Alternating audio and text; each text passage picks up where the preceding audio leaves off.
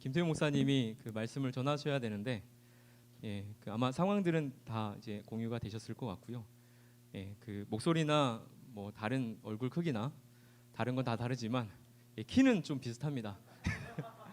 예, 그렇기 때문에 아마 설교를 들으실 때 다른 거는 막 내용도 거슬릴 수 있고 그렇지만 눈높이는 아마 고정되지 않을까, 그런 생각은 듭니다.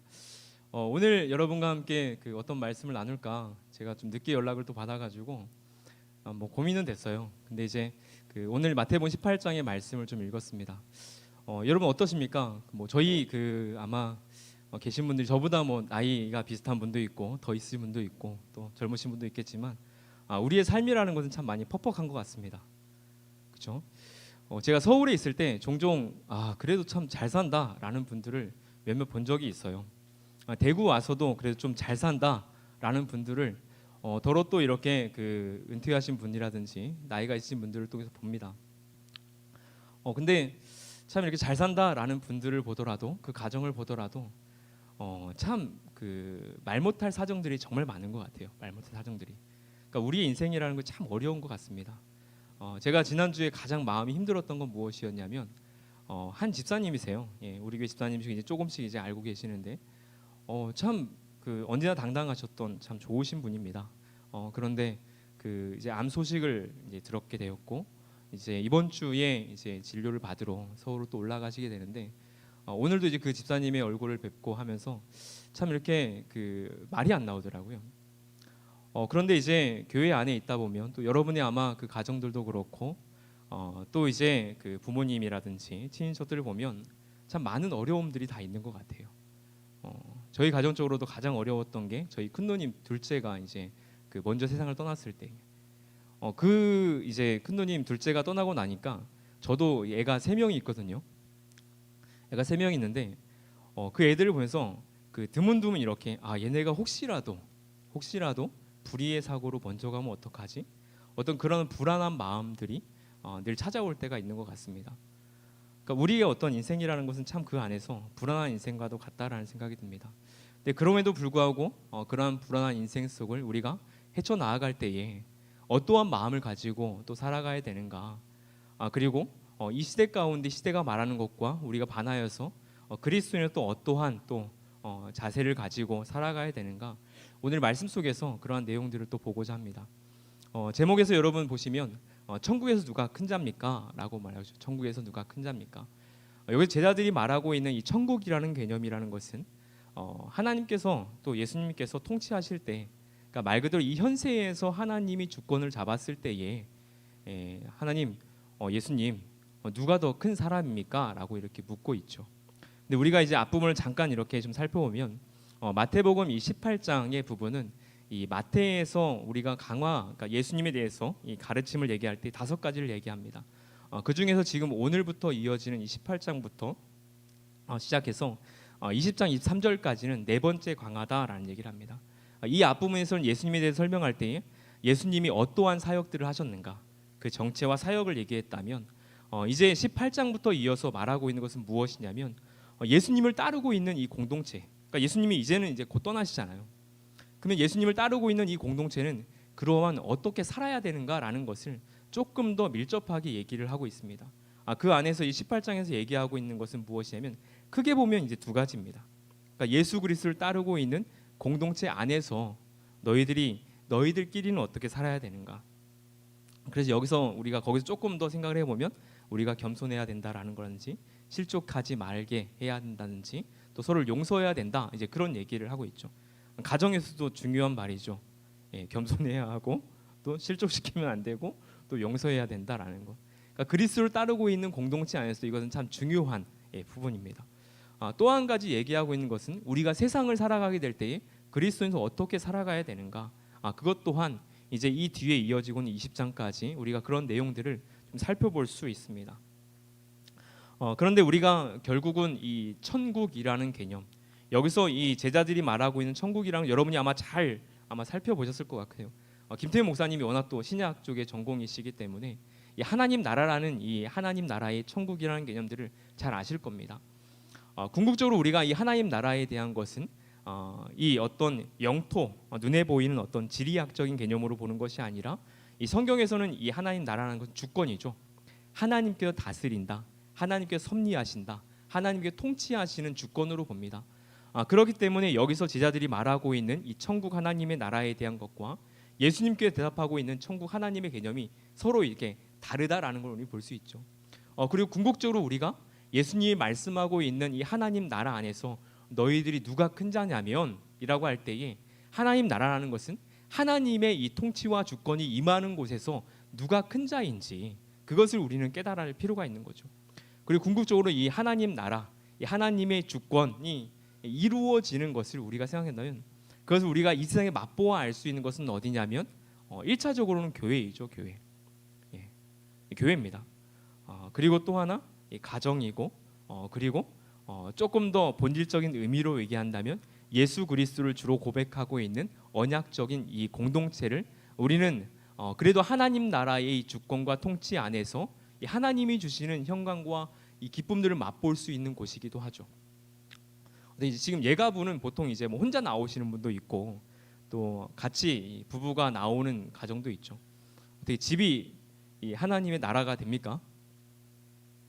예, 부부끼리 한번 옆 사람 보시죠. 어떻게 하나님 나라 같습니까? 어려운 것 같아요. 어렵습니다. 애가 하나일 때, 둘일 때, 셋일 때, 저도 참 쉽지 않은 것 같아요. 오늘도 이제 그 첫째가 교회 와서 또 한 가지 큰 일을 또 버리고 가가지고 지금 집에 가면 아마 전쟁터가 아닐까라는 생각이 듭니다. 예. 근데 참 어려운 것 같아요. 내가 예수 그리스도를 주로 고백하고 있고 나도 믿고 있고 아내도 믿고 있고 또 애들도 우리가 이제 어린 아이의 그 회심 운동이라는 책을 보면 정말 그 유치원도 안 되는 그 나이 때에 예수 그리스도를 주로 고백하는 것도 있거든요. 정말 이렇게 그 열린 교회 여러분 아마 김단용 목사님 아실 겁니다. 거기에서 일화가 하나 있어요. 일화가 무슨 일화냐면 그 저희로 따지면 이제 초등부 1, 2학년 정도의 이 아이들이 막 싸우는 거예요. 복도에서. 그러다가 한 남자아이가 갑자기 여자아이한테 내가 미안해. 그러니까 여자아이가 당황을 하겠죠. 왜? 그러니까 남자애가 뭐라는 줄 알아요? 내가 죄인이라서. 실화입니다. 실화. 예. 그러니까 여자아이가 아니야. 내가 죄인이야. 아마 그 열린교회의 분위기를 아시는 분이라면 이게 조금 더 이해는 되실 것 같아요. 열린교회에서는 흔히들 어른들 간의 대화에 있어서도 빼놓지 않는 단어 중에 하나가 이 성화, 그다음에 죄죽임, 그런 어떤 청교도적인 어떤 신앙들을 좀 더 기본으로 가르칩니다. 그러니까 이 가정을 보더라도 같이 믿고 있고 아이들도 함께 찬양하면서 예수 그리스도를 주로 고백하고 있지만 그것이 정말 이 하나님 나라가 이루어지고 있는가? 하나님이 정말 이렇게 주인이라고 말하지만 그걸 우리가 느끼고 있는가라는 것은 어려운 것 같아요. 교회도 그렇죠. 교회도 우리 교회도 이제 그 중직자 피택을 위해서 2번의 공동회의를 이렇게 거쳤습니다. 근데 교회에 깊숙이 들어가면 들어갈수록 많은 사람들은 교회에 실망을 한다 그래요. 저도 이렇게 지금 교회 사역자로 있지만 사역자를 가까이 알면 알수록 멀리해야 된다라는 것이 가까이 있던 사람들의 고백이죠. 드문하게 이렇게 좀 거리를 두고 교회도 대하고 거리를 조금 더 이렇게 두고 사람을 대할 때에 은혜가 되지 가까이 하면 안 된다. 그런 얘기들을 우리는 많이 하죠. 우리가 그 하나님이 주인 되시는 공동체임에도 불구하고 그런 얘기들을 많이 합니다. 우리가 여기서 말하는 이 하나님 나라에 대한 것을 그럼에도 불구하고 정말 잘 잡고 가야 되는 것은 무엇이냐면요. 궁극적으로 하나님께서 주인이 되시고 하나님께서 통치하시고 하나님께서 다스리시는 교회 공동체가 되기를 우리는 언제나 꿈꾸어야 하고 그러한 가정이 되기를 언제나 꿈꾸어야 합니다. 그리고 그리스도인 간의 모임이 된다 그러면 그 자리에서는 언제나 하나님이 그 중심에 있기를 우리는 언제나 꿈꾸어야 하는 사람들이라는 거죠. 그런 의미에서 여러분이 가장 잘 경험할 수 있는 곳이 저는 내일교회에서 그래도 예가부라고 생각이 돼요.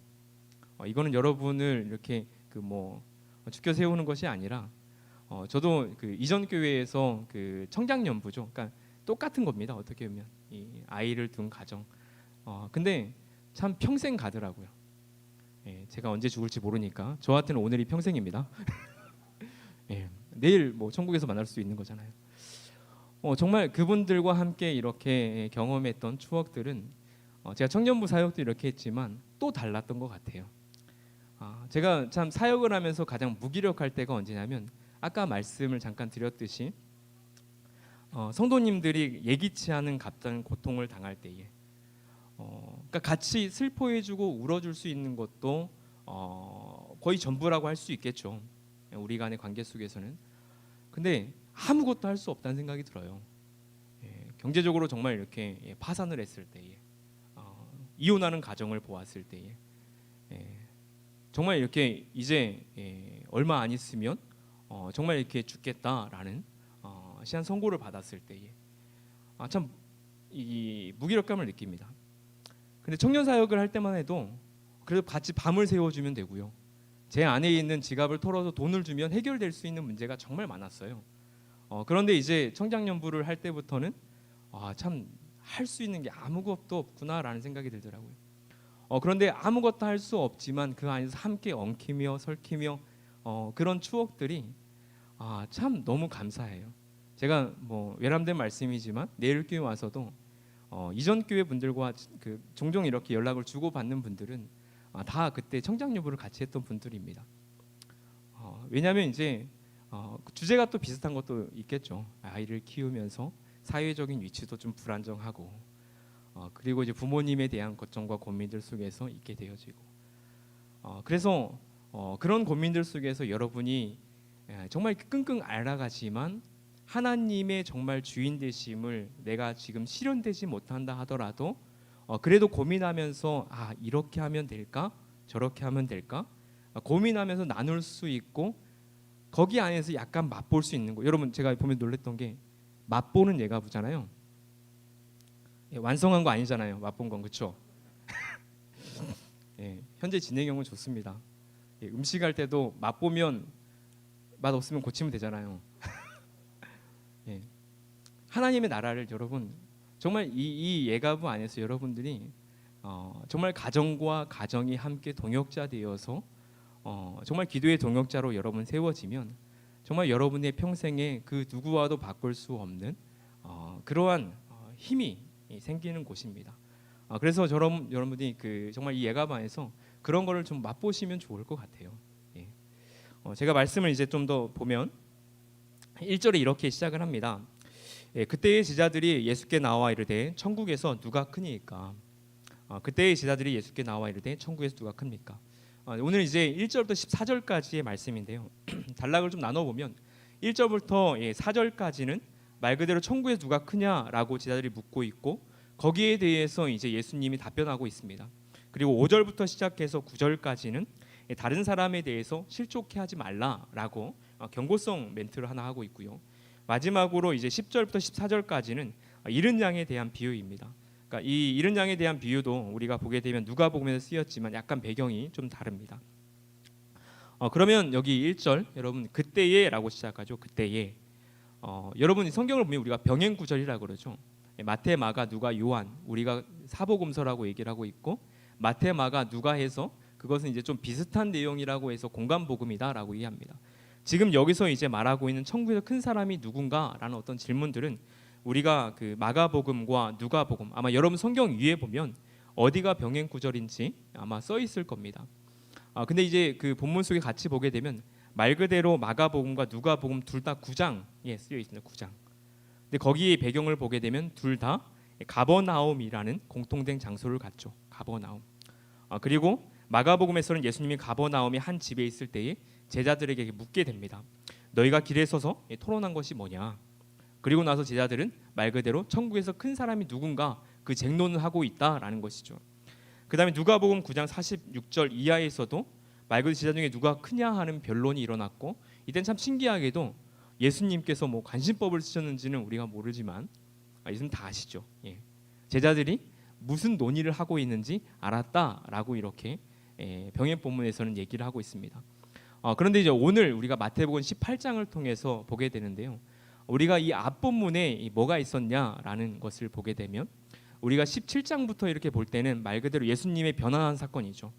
예수님께서 영광스러운 모습으로 변화되어지는 그 사건들을 베드로와 함께 제자들이 보게 되어지는 것을 볼 수 있고, 그리고 예수님의 순환 예고도 하나가 있습니다. 그래서 대표적으로 17장 23절을 보면 이렇게 말하죠. 죽임을 당하고 제3일에 살아나리라. 예수님께서 죽으시고 살아날 것이다 라는 이 순환 예고에 대한, 부활 예고에 대한 말씀이 있습니다. 그리고 이어서 말하고 있는 것이 이 성전세를 내는 문제에 대해서 얘기를 하고 있고, 여기에서 핵심이 무엇이냐면 예수님이 성전에 내시는 하나님의 이 아들이다라는 것을 말하고 있는 부분이죠. 그리고 나서 그때에 지금 제자들이 묻고 있는 장면입니다. 근데 한 가지 참 이렇게 재밌는 것은 뭐냐면요, 말씀드렸듯이 변화한 사건, 굉장히 영광스러운 모습이죠. 그렇죠? 변화한 사건. 여러분 생각해 보십시오. 여기 갑자기 예수님께서 아름다운 형체의 모습으로, 그리고 여러분이 알다시피 옆에 모세가 있고 엘리야가 있습니다. 그 모습이 너무나 아름다워서 베드로는 여기에 초막 셋을 짓고 내가 좀 살고 싶다라고 말하는 거죠. 그런 영광스러운 모습을 분명히 그리고 있습니다. 그렇죠? 그리고 또 하나 예수님께서 늘상 말씀하고 있는 것, 나는 죽을 거야. 그러나 살아날 거야. 나는 죽을 거야. 살아날 거야. 우리 예수님의 사역들을 얘기할 때에 통상적으로 예수님의 이 비하와 승기를 얘기를 하죠. 예수님의 성육신, 이 낮아지심부터 시작해서 예수님이 십자가에 돌아가시고 장사 지낸 바 되신 그러한 예수님의 이 낮아지심의 사역들, 그리고 나서 예수님은 다시 부활하셔서 하나님의 보좌 우편에 있다라는 이 승귀의 사역들을 분명히 얘기합니다. 굉장히 예수님에 대해서 한 문장으로 딱 요약하는 중요한 말씀을 하고 있는 거죠. 나는 죽지만 다시 살아날 거다. 그리고 아까 잠깐 말씀드렸듯이 이 성전에 이 세금을 내는 문제, 세겔에 대한 얘기를 하면서도 결국은 여기서 예수님이 나는 이 성전에 돈을 낼 의무가 없어. 왜냐하면 생각해봐, 아들이 아버지한테 세금을 낼 필요가 있니? 라는 말이거든요. 그 말인즉 하나님은, 그러니까 예수님은 하나님의 아들이기 때문에 이 성전에 굳이 세금을 낼 이유가 없다라는 말이거든요. 그러니까 이 예수님께서 이 땅에 하나님의 독생자로 오셨다라는 것을 분명히 얘기하고 있는 본문입니다. 근데 지금 이 거룩한, 어떻게 보면 이 17장에 반하여서 제자들이 뭘 묻고 있냐면, 예수님, 천국에서는 누가 큽니까? 근데 이거를 다시 말하냐면요, 여러분 아마 메시지 성경, 유진 피터슨의 메시지 성경 아마 읽어보신 분 있으실 것 같아요. 혹시나 성경 읽기가 나는 좀 지루하다 그러면 저는 개인적으로 메시지 성경을 추천해 드립니다. 이건 약간 의역되어 있지만 원어에 입각해서 조금 그래도 번역이 잘 되어 있거든요.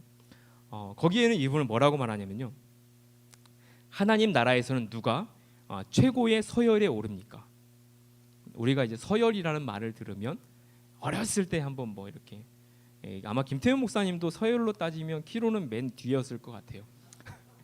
제가 군대 갔을 때 굉장히 좀 이게 좀 서러웠던 게 뭐였냐면요, 여러분 아마 군대 갔다 오신 분들 그 행진 같은 거라든지 사열 같은 거 이렇게 하면 맨 앞에 제일 큰 사람이 씁니다. 제가 학사장교로 군대를 갔었거든요. 근데 여기 영천에서 이제 마지막에 임관식을 이렇게 하게 되는데 저희 동기가 723명인가 아마 그 정도였던 것 같습니다. 많죠.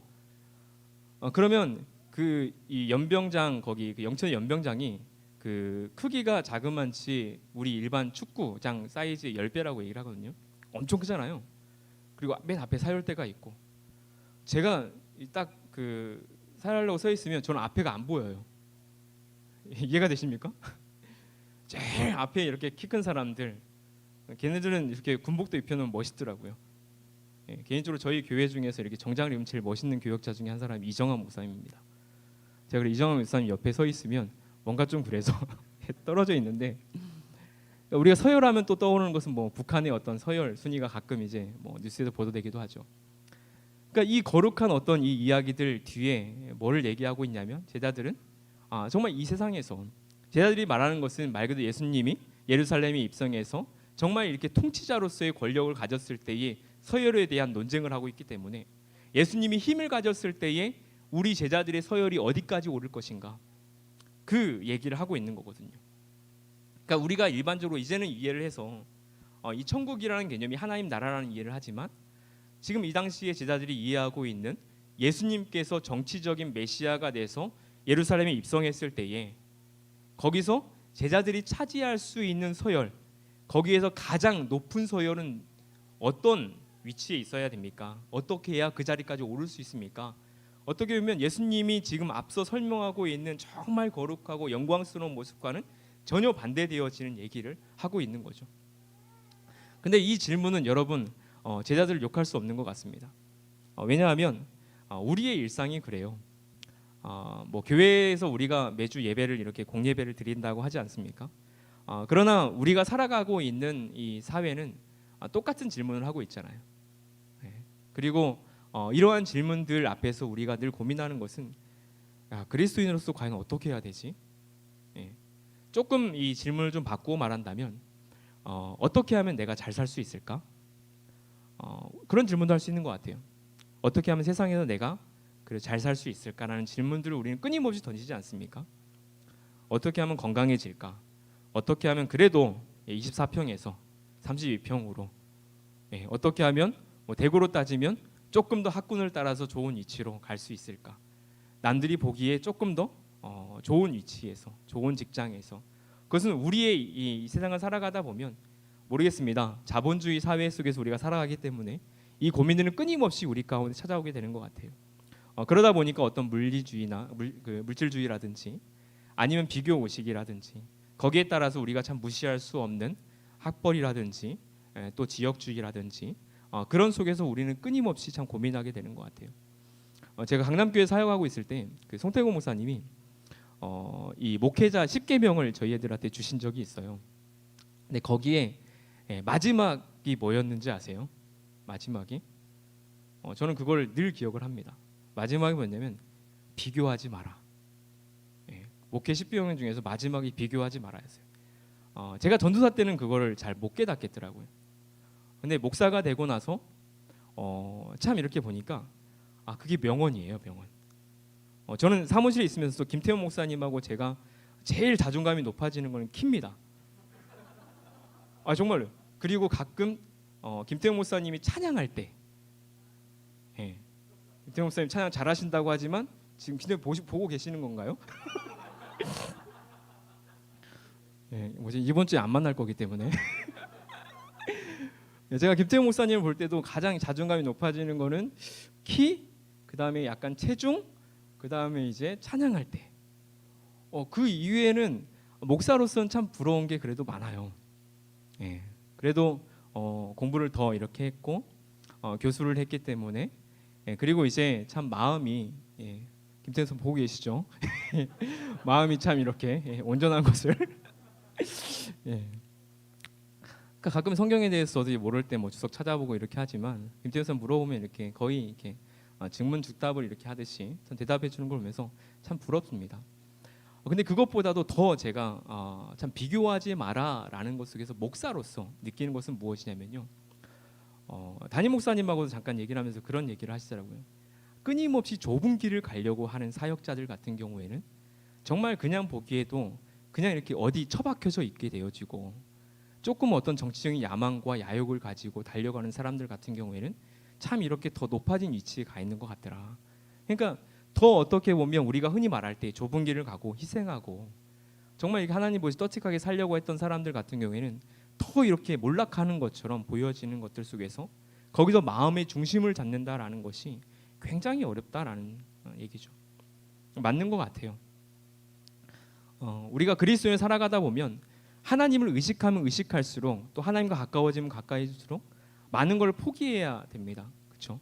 또 많이 이렇게 또 도와줘야 되고 또 어떻게 보면 내가 굳이 마음에 없는 이야기들도 하면서 손해봐야 되는 그러니까 우리의 정서 우리의 어떤 모든 이 물질적인 보여지는 것들 그 모든 것들이 희생당하는 모습을 보게 되어지는 거죠. 그리고 그 끝이라도 좀 괜찮으면 좋을 것 같은데 여기가 끝인 것 같은데 여전히 이렇게 나락으로 이렇게 내려가고 있는 모습들을 보면 정말 이렇게 비교할 수 없는 비교해서는 안 되지만 그런 상황들이 계속 벌어진다라는 생각들이 들어요. 그러니까 저도 이렇게 대구에 이렇게 내려오니까 내려올 때 그런 얘기를 해요. 친구들이 언제 올라올 거냐. 선배들도 이렇게 얘기를 합니다. 언제 올라올 거냐. 그럼 제가 이제 가끔 그런 얘기를 합니다. 저는 이제 더 내려가는 게 꿈입니다. 근데 제가 뭐 이런 말도 이제 하나님 앞에서 하면 안 된다는 생각이 들어요. 왜냐하면 하나님의 그 인도하심을 모르는 거니까요. 그러니까 여기서도 이제 그 어린 아이에 대해서 여러분에게 설명을 드리는 게 오늘의 이제 핵심인데요.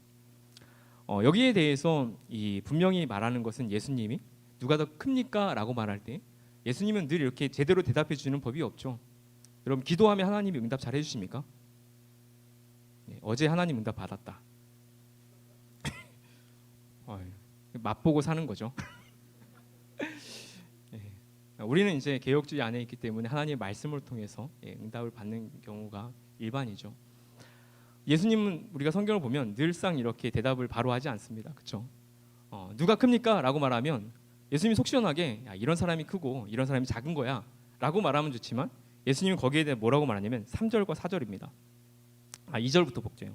2절에서 예수께서 한 어린아이를 불러 그들 가운데 세우시고 이르시되 진실로 너희에게 이르노니 너희가 돌이켜 어린아이들과 같이 되지 아니하면 결단코 천국에 들어가지 못하리라. 예수님 화법이 이해가 되십니까? 누가 큽니까? 라고 물어보고 있는데 거기에 대해서 말하는 거죠. 어린아이를 불러다가 그들 가운데에 세우시고 그러니까 그들 가운데 세웠다는 건 뭐 쉽게 이해해 보면 이 제자들이 잘 볼 수 있는 그 위치 가운데 어린아이 하나를 세우신 거죠. 그리고 나서 뭐라고 말하냐면 천국에 들어가지 못해. 누가 크냐 작냐라는 질문 앞에서 예수님은 좀 더 본질적이고 심도 있는 대답을 하고 있는 거죠. 천국에 크냐 작냐에 대한 부분이 아니라 너희는 그거를 논할 수도 없는 자리야. 누가 크냐 작냐의 개념이 아니라 너희들 그런 생각 가지고서는 천국에 들어가지도 못해. 무서운 말이죠.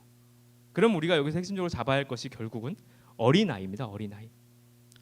그래서 어린아이라는 것은 여러분들이 아마 잘 알고 있을 것 같아요. 그리고 지금 저희 교회에서 유치부가 파이디온 교재를 사용하고 있죠. 어린아이는 이제 파이디온이라는 헬라어 뜻을 갖습니다. 파이디온. 뭐 순진무구한, 나약한, 그다음에 이제 뭐 어린, 그리고 이제 조금 더 이걸 좀 풀어서 본다면 부모의 도움이 없이는 아무것도 할 수 없는 상태라고도 할 수 있겠죠. 그것이 어린아이입니다. 어린아이. 여기도 지금 어린아이가 있죠. 근데 여러분 어린아이가 정말 순진합니까? 여기 어린아이가 있어서 제가 정말 제가 그 애 낳기 전까지는요 청년부에 설교할 때 가끔 이 어린아이에 대한 설명을 할 때 어린아이 정말 이렇게 태어날 때 응애응애하는 거 보십시오.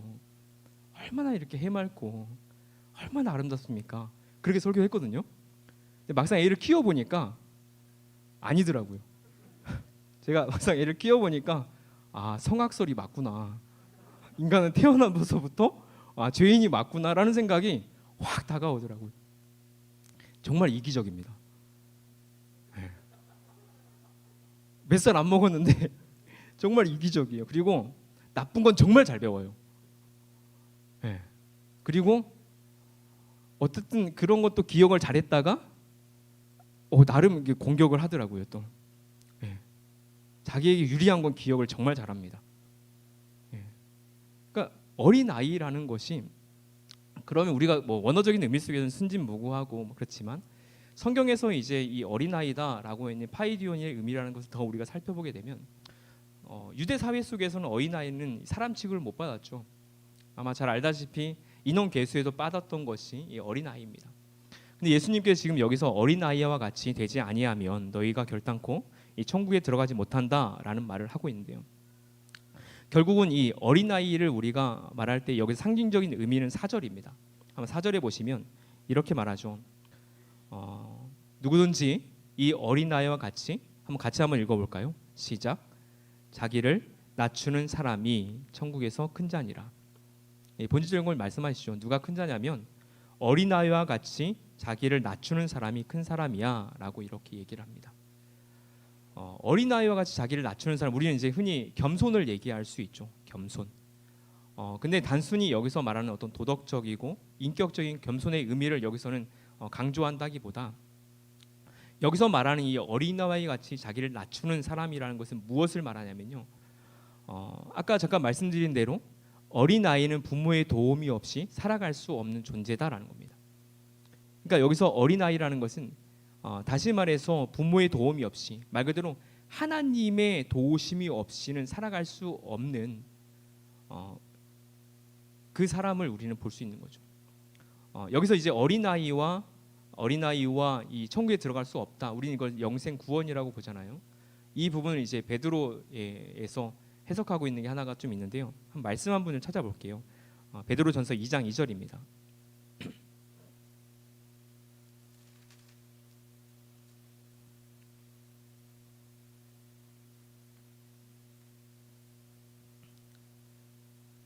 베드로전서 2장 2절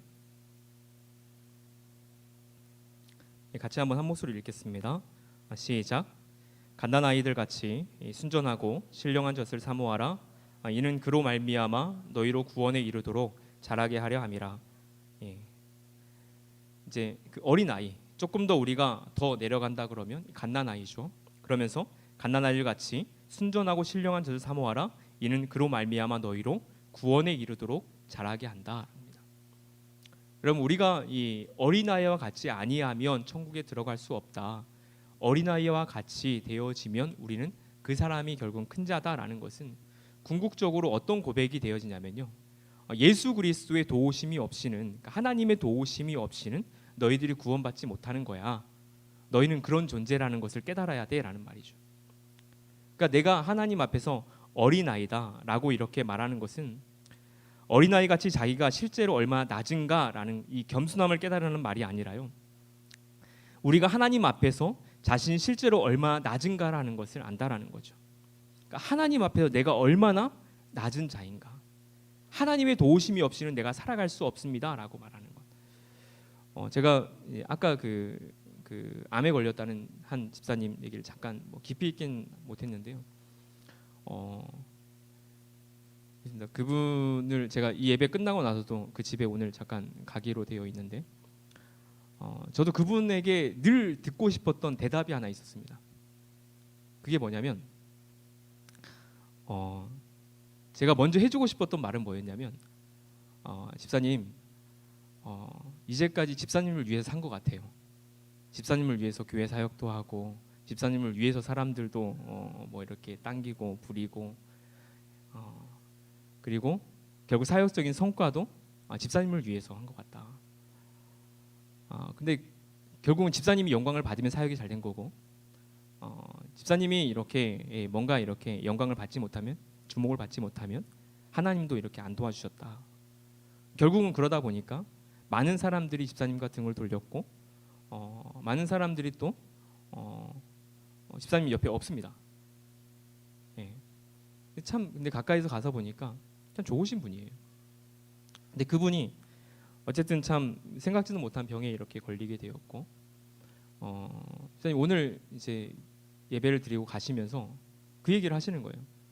이제까지 자기가 잘못 산 것 같다고, 나를 위해서 산 것 같다고, 하나님 위해서 하나님이 살려고 했는데 하나님이 이제 그거를 깨닫게 해주신 것 같다고, 내가 끝에 깨달은 것 같다고. 여기서 딱 그 고백 같아요. 집사님이 정말 이전에 딱 보면 호랑이 사자 느낌이었어요. 옆에서 이게 쉽게 말 잘못했다가 이렇게 잡아먹힐 것 같은. 그래서 주위에 사람이 없었습니다. 근데 오늘 집사님을 이제 또 한 달 만에 잠깐 뵀는데 정말 제가 한편으로는 참 안타까우리만큼 순한 양이 된 모습들, 처량해 보이는 모습들 그렇더라고요. 근데 우리의 인생에 어떻게 보면 하나님 앞에 살아가는 본질이 참 여기에 있다는 생각이 들어요. 우리가 많은 것을 가지고 있든 가지지 않든 내가 때로는 어떤 비교의식 속에서 또 고민하는 어떤 속에서 살아가든 언제나 그 고민 속의 본질에는 내가 하나님의 도우심이 없이는 살아갈 수 없는, 하나님 앞에서 내가 얼마나 이 낮은 존재인가. 구원이란 것도 여러 딱 말하잖아요. 여기 그 예가부의 주제 성구처럼 선물이다. 선물이라고 말하는 이유가 이 에베소에서 그거잖아요. 자랑치 못하게 하려 합니다. 그러니까 구원받았다는 거 우리 자랑할 수 없는 사람들이잖아요. 정말 우리가 살아가는 그 모든 순간순간들이 하나님 앞에서 내가 얼마나 낮은 존재인가. 바꾸어 말한다면 하나님의 도우심이 없이는 내가 정말 살아갈 수 없다라는 고백이 우리 가운데 계속 있어야 되는 거죠. 계속 있어야 됩니다. 계속. 아침에 정말 눈을 뜰 때에도 하나님의 도우심이 없이는 살 수 없습니다. 눈을 감을 때에도 도우심이 없이는 살 수 없습니다. 호흡할 때에도 그렇고 내가 안 좋은 일이 있든 좋은 일이 있든, 그러니까 우리가 하나님 앞에서 너희들이 어린아이가 되지 아니하면 천국에 들어갈 수 없어. 하나님의 도우심이 없이는, 예수님의 구속의 선물이 아니고서는 너희가 영생을 얻지 못해. 살아가는 것도 똑같죠. 네가 하나님의 도우심이 없이는 넌 살 수 없는 그러한 정말 나약한 존재야. 우리가 그것을 깨달아야 되는 거죠. 제가 다 하기에는 시간이 너무 많이 갈 것 같아가지고요. 이 마지막에 그 마태복음에서 여러분 아까 제가 말씀드린 것처럼 여기 5절부터 9절은 잠깐 건너뛰겠습니다.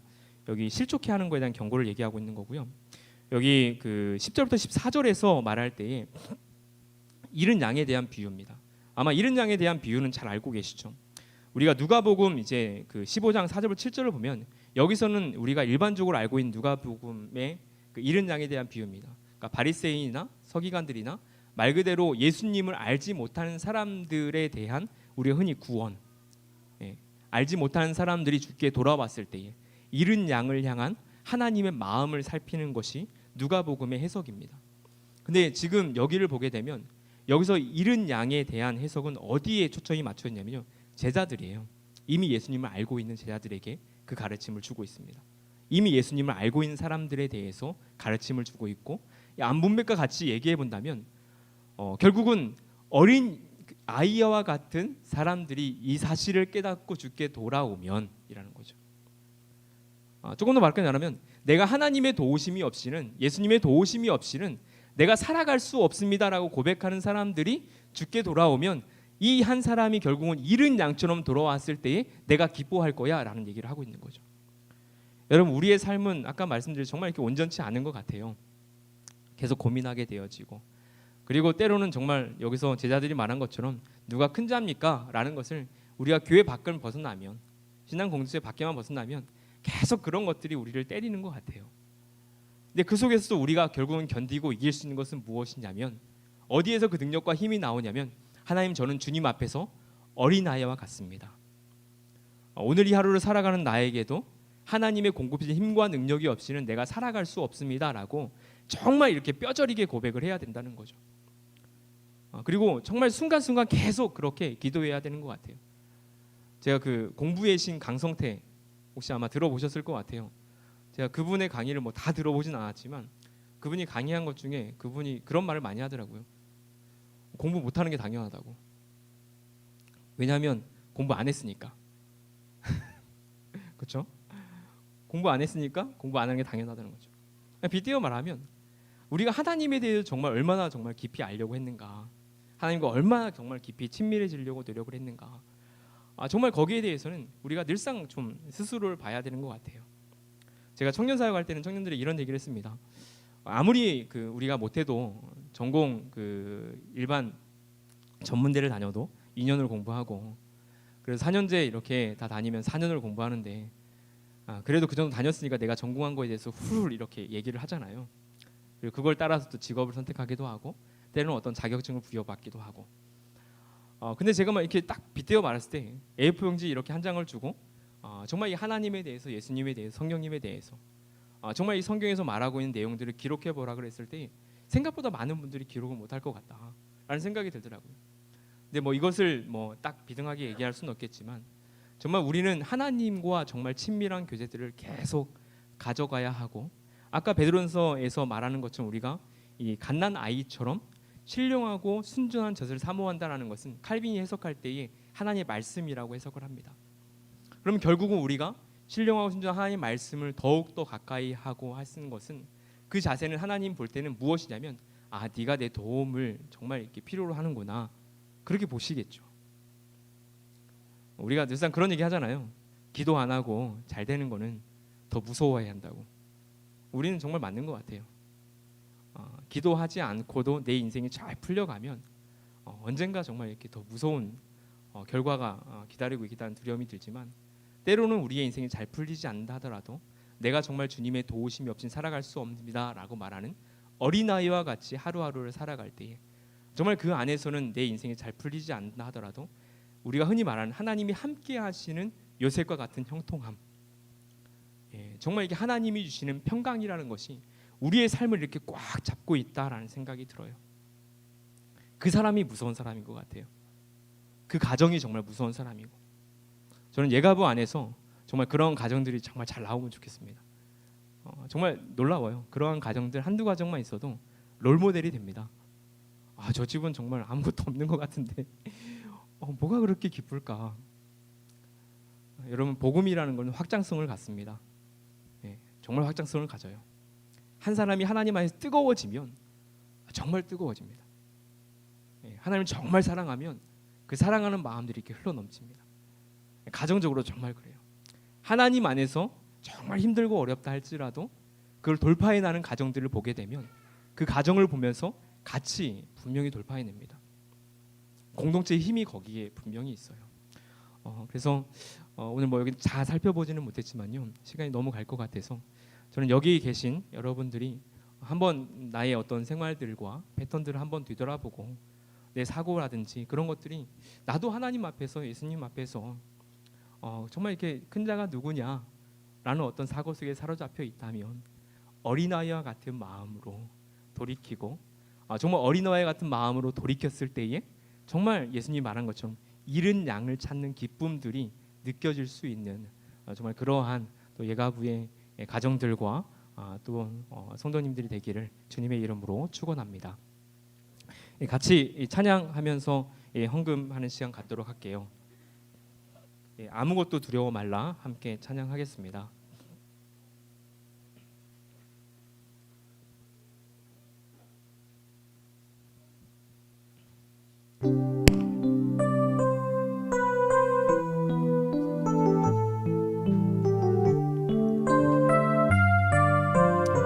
아무것도 두려워 말라.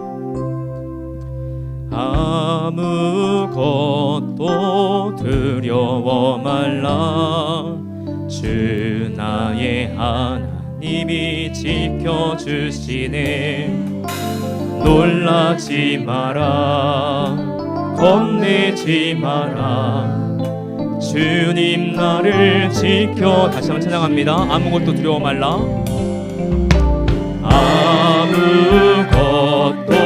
두려워 말라. 주 나의 하나님이 지켜주시네. 놀라지 마라, 겁내지 마라. 주님 나를 지켜주시네. 내 맘에 힘에 겨워, 내 맘에 힘에 겨워 지칠지라도 주님 나를 지켜주시네. 세상의 험한 풍파 몰아칠 때도 주님 나를 지켜주시네. 주님은 나의 산성, 주님은 나의 요새, 주님은 나의 소망, 나의 힘이 되신 주님은 나의 산성. 주님은 나의 산성, 주님은 나의 요새, 주님은 나의 소망, 나의 힘이 되신 여호와. 제가 이 찬양을 부를 때면 늘 생각나는 게 이제 있는데요, 대일교회에서 쌓였던 추억입니다. 추억으로 말하기 너무 슬픈 건데 이제 한 2년 된 것 같아요. 교회에 이제 일주일 등록을 앞둔 예비 새가족이신데, 제가 새가족을 같이 하고 있어가지고, 근데 이제 여자분은 서울에 살다가 이제 남편 따라서 대구에 처음 이렇게 오신 분이었고, 남편분은 이제 서울 쪽에 있다가 다시 여기에 터를 잡아가지고 일을 하고 있었습니다. 근데 이제 한 달 뒤에 새가족 이제 등록을 하겠다라고 해서 계속 연락을 좀 주고받다가 주중에 갑자기 연락이 왔어요. 근데 정말 이게 귀를 의심했습니다. 뭐냐면 남편분이 결국은 이제 경제적인 어떤 그 압박을 못 이겨서 이 산에서 이렇게 목숨을 끊은 채 이렇게 발견이 된 거예요. 믿을 수가 없었습니다. 결국은 이제 교회 아직 등록 전이었고 내일 교회 장으로 이렇게 알리기도 그렇고 해가지고 목사님들께 좀 부탁을 드려가지고 이제 2일장으로 다녀왔었는데 그때 참 이렇게 좀 말씀을 뭐라고 할지도 모르잖아요. 너무 힘들더라고요. 그리고 통상 그래서 그 장례 때 보면 이제 찬송가로 이제 찬양을 하게 되는데 너무 이게 가는 길이 너무 힘들고 어려워서 그날도 이렇게 그 장례 가는 길에 하나님 참 어렵습니다 마음이. 그러면서 그 찬송가 말고 참 다른 찬양으로 이렇게 위로해주고 싶다는 생각이 들어서 이 찬양을 이렇게 장례식장에서 같이 이렇게 불렀습니다. 근데 이제 그 장례를 치르면서 제 마음을 하나님이 때로는 또 위로해 준 것은 무엇이냐면 거기에 있는 이제 아내분의 친구들 절반 이상은 다 교회를 모르시는 분들이 있더라고요. 근데 그 찬양을 통해서 참 따뜻함을 느끼고 하나님을 또 알아가고 지금도 이렇게 가끔은 이제 서울 다시 올라가셨기 때문에 가끔 이렇게 연락만 이렇게 주고받습니다. 저는 그런 것 같아요. 예가부의 어떤 인생을 제가 여러분을 직접적으로 목양하는 자리에는 있지 않지만 우리 인생 결코 좀 쉽지 않은 인생이지만 그 안에서 여러분 우리는 그래도 하나님을 잘 찾아야 되는 사람들입니다. 정말 우리의 순간순간 하나님을 잘 찾아야 되는 것 같아요. 우리가 잘 되든 잘 못 되든 형편이 좋든 좋지 않든 하나님 앞에서는 저는 어린아이와 같습니다. 근데 조금 더 생각해 보면 이 베드로전서의 말씀처럼 저는 갓난아이입니다. 그렇게 말하는 게 더 좋은 것 같아요. 그래야 신령하고 순전한 젖을 사모할 수 있으니까. 저는 여기 계신 분들 정말 이렇게 내가 갓난아이처럼 정말 이렇게 내가 하나님의 그 붙드심이 없이는 살 수 없고 주님의 은혜가 없이는 살 수 없고 그 앞에서 내가 신령하고 순전한 젖을 사모할 수 있는 성도가 되게 하여 주시옵소서. 정말 그렇게 간절히 하나님을 찾을 수 있는 분들이시면 좋겠습니다. 한 1분 정도만 이렇게 잠깐 묵묵히 기도하죠. 하나님 주님을 찾는 제가 되게 하여 주시옵소서. 갓난아이처럼 신령한 젖을 사모하게 하여 주시옵소서. 그렇게 잠깐 기도하고 제가 기도하겠습니다. 아버지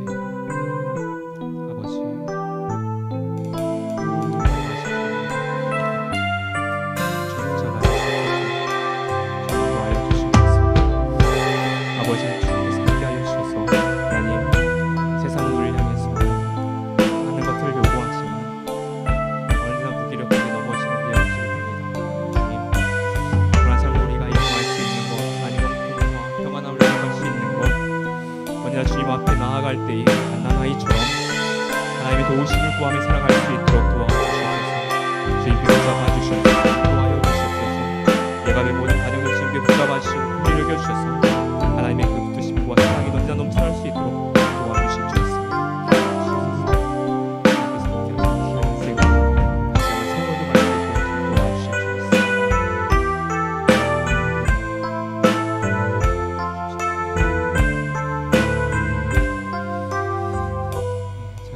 있습니다.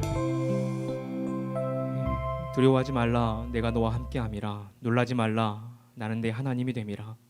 내가 너를 굳세게 하리라. 참으로 너를 도와주리라. 참으로 나를 의로운 오른손으로 너를 붙들리라. 살아 역사하신 하나님 아버지, 우리가 믿음을 가지고 살아간다 하지만 정말 하나님 앞에 날마다 넘어지는 우리의 모습이고 견고히 세워지려고 하지만 하나님 한 가정 안에서 일어나는 여러 가지 일들을 보았을 때에 하나님 정말 힘들고 녹록하지 않는 그 현실 속에서 하나님 우리의 마음의 중심을 잡는다라는 것이 늘 어려운 것 같습니다. 하나님 그러한 가운데에 정말 하나님의 그 함께 하시는 형통함과 세상이 주지 못하는 그 평안함이 우리 가운데 경험되게 하여 주시옵소서. 하나님 아버지, 하나님 나라 안에서 하나님이 주인 되고 하나님의 그 통치가 지금 내가 살아가는 모든 곳곳에 임할 수 있도록 하나님 아버지 날마다 하나님을 찾고 구할 수 있는 예가부의 성도님 될 수 있도록 주님 도와주실 줄 믿습니다. 하나님 그리하여서 우리가 주님 앞에서 어린아이와 같이 하나님의 도우심이 없이는 살 수 없습니다. 갓난아이와 같이 하나님께 먹여주시 아니면 내가 살아갈 수 없고 주님의 은혜만이 채워지길 간절히 소망합니다라고 고백하기 원합니다. 그리하여서 갓난아이가 신령하고 순전한 젖을 사모하는 것처럼 하나님 우리의 인생 가운데에 정말 신령하고 순전한 주님의 살아있는 말씀으로 언제나 채워주시고 역사하여 주시옵소서.